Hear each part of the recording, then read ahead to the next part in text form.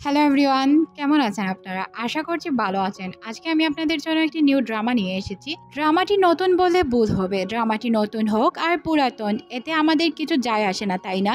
ড্রামার কাহিনীটা কেমন, আমরা এনজয় করতে পারছি কিনা, এটা হচ্ছে মূল বিষয়। তো তাছাড়াও এই ড্রামাটি আমার অনেক ভালো লেগেছে। আশা করছি আপনাদের ভালো লাগবে। কারণ আমি একদিনে এই পুরো ড্রামা দেখে শেষ করেছি। তাই ভাবলাম আপনাদের সামনে এই ড্রামাটি নিয়ে হাজির হই। কথা না বাড়িয়ে শুরু করছি আজকের এক্সপ্লেনেশন। চুল পড়া আমাদের নিত্যদিনের সমস্যা। এটা শুধু আমার আপনার নয়, মোটামুটি সবারই বলতে পারেন। তবে বিভিন্ন কারণে চুল পড়ে থাকে। চুল পড়ার সমাধান আমরা সবাই খুঁজি। তবে আমি বলবো আমার এই এসপি হেয়ার অয়েলটা আপনারা একবার ইউজ করে দেখতে পারেন। এটা খুবই বিশ্বস্ত। যেহেতু আপনারা আমাকে বিশ্বাস করেন, তাহলে আমার এই হেয়ার অয়েলটি একবার ইউজ করে দেখতে পারেন। আমি আপনাদেরকে বলবো আগে এই হেয়ার অয়েলটি ব্যবহার করুন, তারপর না হয় আমার কথায় বিশ্বাস করবেন। একবার হলেও ব্যবহার করে দেখুন, অনেক সাশ্রয়ী। আমি আপনাদের জন্য 200 মিলি হেয়ার অয়েল মাত্র 360 টাকা দিয়েই দিচ্ছি। আপনারা চাইলে এই হেয়ার অয়েলটি অর্ডার করতে পারবেন spshop.com থেকে। ডেসক্রিপশনে লিংক দেওয়া থাকবে, আপনারা চাইলে অর্ডার করে নিন। ড্রামার শুরুতেই আমরা লু নামের একটি মেয়েকে দেখতে পাই, যে কিনা বসে বসে চুল কাটছিল। তখন তার বান্ধবী এসে তাকে বলে, কিরে তুই এইভাবে চুল কাটছিস কেন? তুই কি 90 দশকের মেয়ে? তুই এই যুগের মেয়ে, তাই তোর এই যুগ নিয়ে ধারণা থাকা উচিত। এক কাজ কর, তুই আমার সাথে চল, আমি তোকে বলছি কিভাবে কি করতে হবে। তখন সে বলে, আমার এই জবটা যে কোনো বিনিময়ে প্রয়োজন। তখন তার বান্ধবী বলে, বুঝলাম, যে কোনো কিছুর বিনিময়ে জব প্রয়োজন, তবে জব পাওয়ার জন্য তোকে এই সব করতে হবে? এটা তো কোনো কথা নয়। এক কাজ কর, আমি বলছি তুই আমার সাথে চল, তোর সব প্রবলেম সমাধান হয়ে যাবে। তারপর তাকে একটি হেয়ারের দোকানে নিয়ে যায়। এখানে সে দেখতে পায় আসলেই অনেক সুন্দর হেয়ার, আর যেটা পরে তাকে হয়তো একদম ছেলেদের মতো লাগবে। এদিকে আমাদের নায়ক হিচেনকে দেখানো হয়, যে কিনা তার মায়ের কথায় একটি মেয়ের সাথে ব্লাইন্ড ডেটে এসেছে। সে একটি এক্সিবিশনে ডেটে যায়। আমরা এখানে দেখতে পারি যে সে কবুতর বা যে কোনো পাখি দেখলে ভয় পায়। এদিকে লুইয়ের বান্ধবী জাউকি তাকে সবকিছু শিখিয়ে একটি রেস্টুরেন্টে নিয়ে আসে। আর রেস্টুরেন্টের থাকা মেয়েটা তাকে চিনতেও পারে না, ছেলে বলেই সম্বোধন করে। এতে তার অনেক খুশি হয়, খুশিতে সে লাফাতে শুরু করে। এর অপোজিটে হিচেনও আসে ওই মেয়েটির সাথে ব্লাইন্ড ডেটে। মেয়েটির সাথে সে কথাই বলছিল, আসলে ব্লাইন্ড ডেট সম্পর্কে তার কোনো ধারণাই নেই। তাই সে অন্য একটি মেয়েকেও ডাকে, যাতে দুই মেয়ের সাথে একসাথে ডেট করতে পারে। দুই মেয়ে অনেক রেগে যায় আর তাকে উল্টাপাল্টা কথা শোনায়। এদিকে আমরা জাউকিকে দেখতে পাই, যে কিনা এইসব শুনে ভিডিও করতে শুরু করে। কারণ জাউকির তার বলা কথাগুলো একদমই পছন্দ না। মেয়েগুলো পানি নেয় হিচেনের উপর ফেলার জন্য, তবে হিচেন এখান থেকে সরে গেলে সব পানি পড়ে যায় লুইয়ের উপর। লু তো এতে রেগে যায়। লুইয়ের বান্ধবী তাদেরকে মারার জন্য তেড়ে আসে। তবে এখানে ঘটনা উল্টো ঘটে যায়। লু হিচেনকে দেখে তার বান্ধবীকে কথা বলতে নিষেধ করে। তখন সে কম্পোজিশন নিতেও না করে এখান থেকে চলে আসে। তারপর তার বান্ধবী ওই ভিডিওটা ভাইরাল করে দেয়। আর লিকের সাথে এমন মাইন্ডের ছেলেরাও দুনিয়ায় আছে, এটা কল্পনাও করিনি। এদিকে লুইয়ের টিচার তাকে কল করে বলে যে তুমি কলেজে একটু চলে আসো, তোমার সাথে আমার কথা আছে। তারপর টিচার তার সাথে কথা বলতে শুরু করে। টিচার বলে, দেখো, তোমার বাবা মা তো চাইতো যে তুমি সিভিল ইঞ্জিনিয়ার হও। যেহেতু তোমার প্রোগ্রামিং এর প্রতি এত মনোযোগ, আমার একটি স্টুডেন্ট আছে, তাকে আজ আমি ডেকেছি।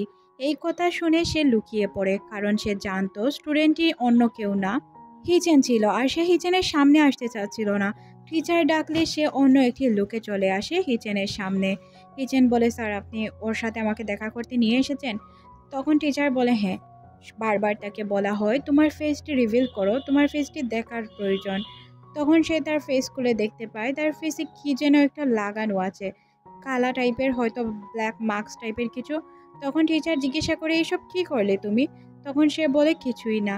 তারপর টিচারকে হিচেন সব কিছু বুঝিয়ে বলে, স্যার, আসলে আমি কোনো মেয়ে এমপ্লয় নিতে চাচ্ছি না।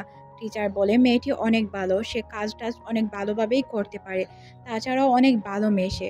তখন সে টিচারকে বলে, না টিচার, প্লিজ আমাকে ক্ষমা করে দিবেন, অন্য কোনো কাজ হলে আমি অবশ্যই রাখবো। একথা বলে সে এখান থেকে চলে যায়। এদিকে আমরা লুকে দেখতে পাই, বাসায় ফেরার পর তার হাতে একটি ছবি লাগে, যেটা কিনা তার স্কুল টাইমে ছিল। সে হিজেনের হাত থেকে পুরস্কার নিয়েছিল। এটা তার জন্য অনেক খুশির খবর। তাই সে তাদের দুইজনের ছবি একটি ডায়েরিতে বসিয়ে ফেলে। আর এটা দেখে সে অনেক লজ্জা পায়। এতে আমরা বুঝতে পারি সে অনেক দিন যাবৎ হিজেনকে পছন্দ করে। এদিকে হিচেন ফোনে তার ওই ভিডিওটি দেখতে শুরু করে, যেটা কিনা লুয়ের বান্ধবী আপলোড করেছিল। তবে হিচেন মনে করে হয়তো লু আপলোড করেছে, তাই সে লুয়ের প্রতি অনেক রেগে যায়। বলে সে কম্পোজিশন নিতে মানা করলো, আবার এখন সে এইরকম ড্রামা করছে, তাকে আমার দেখতেই হবে।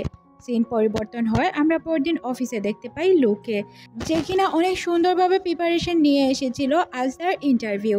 লু তো মেয়ে তাই না, তাই সে ভুল করে মেয়েদের ওয়াশরুমে চলে যায় আর তাকে ছেলে ভেবে সবাই মারতে শুরু করে।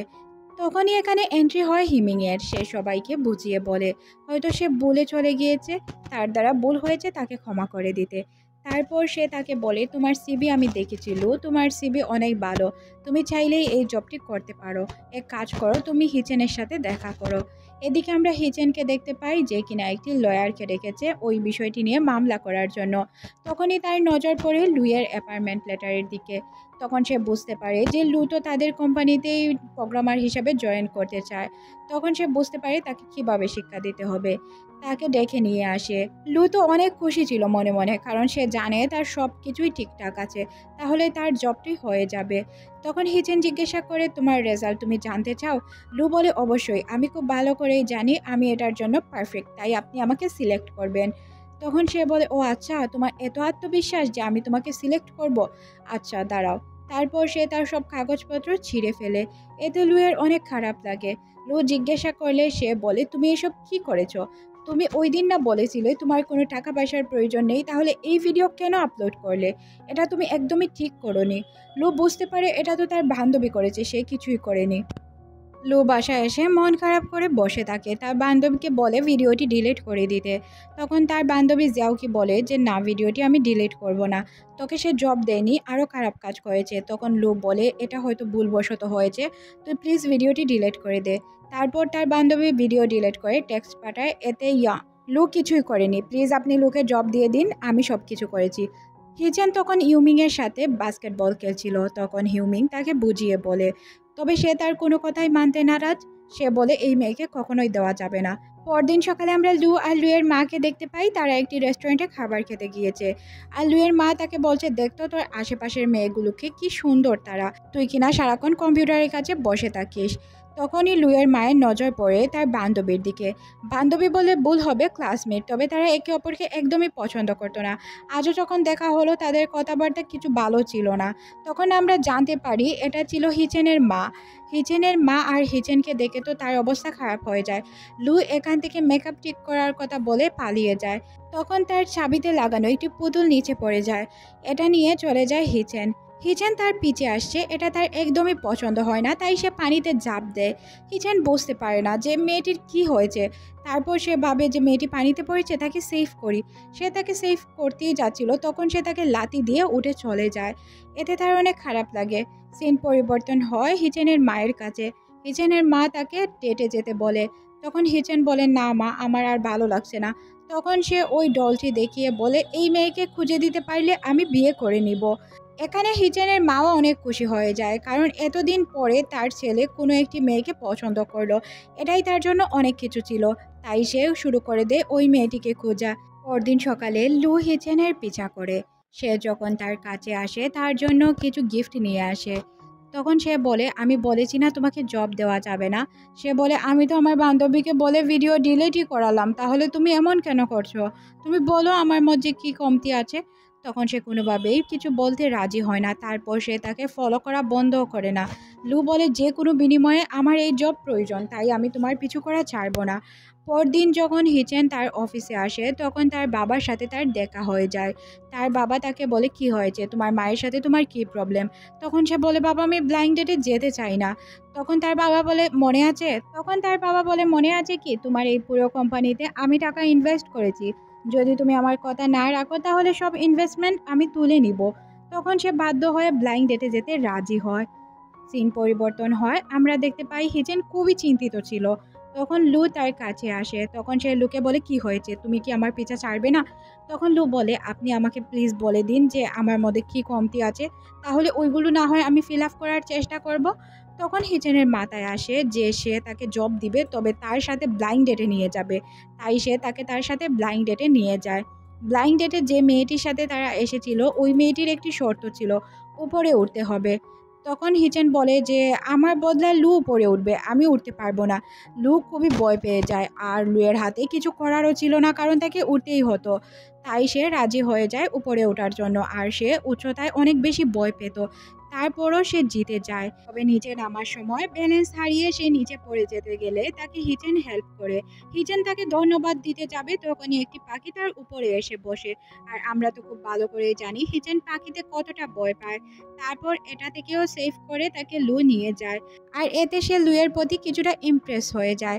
সে মনে মনে ভাবে সে তো তাকে প্রত্যেকটি কাজেই হেল্প করেছে, তাই সে তাকে জব দিয়ে দিবে। তবে তার অনেকগুলো শর্ত আছে। লুই এতেও রাজি হয়ে যায়, কারণ সে হিচেনের কাছাকাছি থাকতে পারবে। এর চেয়ে খুশির তার কিছুই ছিল না। পরদিন সে যখন অফিসে আসে দেখতে পায় সবাই চেক শার্ট পরে আছে। তখন সে নিজের জন্য চেক শার্ট অর্ডার করে ফেলে। তারপর সে জানতে পারে চেক শার্ট যে কোনো ওকেশনে পরা হয়। গেমিং প্রোগ্রামিং টিমে তাকে নিয়ে মোট 5 জন ছিল, সবাই সাথে সে পরিচিত হয়। আর সে এটাও জানতে পারে সে এখানে নতুন জয়েন করেছে, তাই সবাই আজ এটাকে সেলিব্রেট করবে। এতে সে অনেক খুশি হয়ে যায়। তার প্রোগ্রামিং টিমের সবাই অনেক ভালো ছিল। তাদেরকে সে জিজ্ঞাসা করে এই টিমে কোনো মেয়ে নেই কেন। তখন তাদের মধ্য থেকে একজন বলে ওঠে যে এই টিমে আগে মেয়ে ছিল, মেয়েটি স্যারকে টিচ করেছে, তাই এখানে কোনো মেয়ে নেই। তারপর সে তার আইডি কার্ড আনতে চলে যায়, আর আইডি কার্ডে তার রিয়েল পিকচার ছিল। এখানে বসা ছিল একটি মেয়ে। মেয়েটি তার উপর একদমই ফ্ল্যাট হয়ে যায়, তাই সে এটার ফায়দা উঠিয়ে এখান থেকে চলে যায়। এদিকে আমরা দেখতে পাই তার টিমের সবাই অনেক মজাদার আর ফানি টাইপের ছিল। তাদের জন্য এখানে একটি গেমিং রুম ছিল, যেখানে তারা যে কোনো সময় চাইলে এনজয় করতে পারবে। তারা তার এই আশার বিষয়টাকে সেলিব্রেট করতে চাইছিল। তাই সবাই গেম খেলার জন্য একটি জায়গায় চলে যায়, যেটা কিনা অফিসের কাছেই ছিল। তখন কিছু লোকেরা তাদের সাথে ঝামেলা করতে যায়, আর এখানে যখনই তাকে মারতে যাবে তখনই এখানে হিচেন চলে আসে। আর হিচেন লোকগুলোকে মেরে এখান থেকে ভাগিয়ে দেয়। আর সাথে এটাও বলে তোমরা কি জানো আমি কে? আমি হচ্ছি এই কোম্পানির মালিক। এটা শোনার পর সবাই ভয় পেয়ে যায়, এখান থেকে চলে যায়। তখন হিচেন বলে আচ্ছা আচ্ছা, সত্যিই তো তোমাকে দেখতে মেয়েদের মতো, আমার তো সন্দেহ হচ্ছে। তাছাড়াও তোমার গলায় ওই নিশান নেই যেটা সব ছেলেদেরই থাকে। লু তখন তাকে উল্টাপাল্টা বুঝিয়ে এখান থেকে চলে যায়। লু বুঝতে পারে না কিভাবে হ্যান্ডেল করবে। তার বান্ধবীকে সব কিছু বললে তার বান্ধবী জিয়াওকি প্ল্যান বানায়। পরদিন সে সবার সামনে এসে লুকে জড়িয়ে ধরে বলে যে সে তার বয়ফ্রেন্ড, আর তাছাড়াও সে তার সাথে ফ্লার্টিং করতে শুরু করে। তবে আমরা লুকে দেখতে পাই যে কিনা তাকে পাত্তাই দিচ্ছিল না। সবাই তো এটাই চিন্তা করছিল যে একটি মেয়ে টাইপের ছেলের মধ্যে এ তো কি আছে যে সব মেয়েরা তার জন্য পাগল। অন্যদিকে আমরা গুমু নামের একটি ছেলেকে জিয়াওকির সাথে দেখতে পাই, আর এটা জানতে পারি সে এতিম ছিল। গুমু যেহেতু এতিম ছিল, তাই জিয়াওকির ফ্যামিলি তাকে লালন পালন করেছিল। জিয়াওকি তাকে ভাইয়ের মতোই দেখতো। গুমু জিয়াওকিকে জিজ্ঞাসা করে ছেলেটিকে, তখন সে বলে তার বয়ফ্রেন্ড। তখন সে তাকে বলে যে এইসব ছেলেদের থেকে দূরে থাকার জন্য। এখানে আমরা বুঝতে পারি না আসলে গুমুর মতলব কি। এদিকে হিমিং, হিচেন আর লু তারা 3জন মিলে ডিনারে যায়। যখন 3জন ডিনার করছিল, কথায় কথায় জানতে পারে লু তাদের কলেজ থেকে গ্র্যাজুয়েশন কমপ্লিট করেছে। তখন সে বলে আমি আপনাদের খুব ভালো করে চিনি, আপনাদের উপর সবাই ক্রাশ ছিল। তখন হিচেন জিজ্ঞাসা করে আচ্ছা তোমার কার উপর ক্রাশ ছিল। লু চাইছিল না হিচেনের সামনে কোনো কিছু শো করতে, তাই সে বলছিল হিমিং তার ক্রাশ ছিল। হিমিং তাকে খাবার সার্ভ করে। সি ফুড তার পছন্দ ছিল না, সি ফুডে তার অ্যালার্জি ছিল। তারপরও সে খেয়ে নেয়, যেহেতু প্রথমবার তাকে কেউ খাবার অফার করছিল। অফিসে আসার পর তার অ্যালার্জি বেড়ে গেলে হিচেন তাকে ওষুধ দিয়ে দেয়। এদিকে আমরা হিচেনের মাকে দেখতে পাই তাদের বান্ধবীদের সাথে আলোচনায় বসেছিল, আর বলছিল তার ছেলের জন্য ভালো একটি মেয়ে দেখার জন্য। তার বান্ধবীরা বলে তোমার ছেলে সবসময় অন্য একটি ছেলেকে সাথে নিয়ে ঘুরে, তাহলে তোমার ছেলেকে কিভাবে বিয়ে দিতে পারবে? তখনই তার মা তার বোনকে কল করে বলে তোর ভাই কোন ছেলেকে সাথে নিয়ে ঘুরছে এটা নিয়ে একটু খোঁজ নে তো, না হয় তোর হাত খরচ বন্ধ করে দিব কিন্তু। তখন সে চিন্তায় পড়ে যায়, মনে মনে হিমিংয়ের কথা চিন্তা করতে থাকে। ভাবে হিমিংয়ের সাথে যদি তার ভাইয়ের রিলেশন হয়ে থাকে তাহলে সে কিভাবে সব কিছু ম্যানেজ করবে। সে পছন্দ করতো হিমিংকে। এদিকে গমু এসে জিয়াওকির সাথে লুকে ব্রেকআপ করতে বলে। লু তো রাজি হয়ে যায়, কারণ সে তো তার বান্ধবী ছিল। এখানে গমু মনে করে সে তার প্রতি সিরিয়াস ছিল না, তার সাথে এমনিই টাইম পাস করছিল। এতে সে অনেক বেশি রেগে যায়। আমরা দেখতে পাই অনেক স্পিডে একটি গাড়ি এসে থামলো কোম্পানির সামনে, আর কোম্পানিতে অ্যালার্ম বেজে ওঠে। এদিক ওদিক সবাই ছুটতে শুরু করে। এখানে আমরা বুঝতে পারি হিচেনের বোনকে সবাই ভয় পেত। দরজা বন্ধ হওয়ার আগেই সে তার জুতা দিয়ে দেয় দরজার সামনে। সবাই জানতো যে হিমিং ছাড়া তাকে কেউই হ্যান্ডেল করতে পারবে না। তাই সবাই মিলে হিমিংকে তার সামনে নিয়ে আসে। হিমিংয়ের সাথে সে কথা বলতে শুরু করে, বলে তোমার কি আমার ভাইয়ের সাথে রিলেশন আছে যে তুমি সব সময় এইভাবে আমার ভাইয়ের সাথে লেগে থাকো? তখন হিমিং তাকে সব কিছু খুলে বলে, দেখো যে এটা তোমার ভুল ধারণা, তোমার ভাইয়ের সাথে আমার কিছুই নেই। তখন সে বলে, ও আচ্ছা, তাহলে বুঝলাম, তাহলে চলো আমার সাথে আমরা শপিংয়ে যাই। তখন সে তার অনেক কাজের বাহানা দিয়ে শপিংয়ে যেতে মানা করে দেয়। প্রত্যেকটা স্টাফ বলে যে আপনার কাজ আমরা ম্যানেজ করে নিব, আপনি চলে যান। এখন সে কি বলবে, বলে দরজা আটকে গিয়েছে, যেতে পারবো না। তখন সে বলে এটারও সমাধান আমার কাছে আছে, তার জুতা দিয়ে গ্লাসটি ভেঙে ফেলে আর বলে এটা রিপেয়ার করে নিও, এখন চলো আমার সাথে। এর মধ্যেই এই পার্টটি শেষ করে দেওয়া হয়।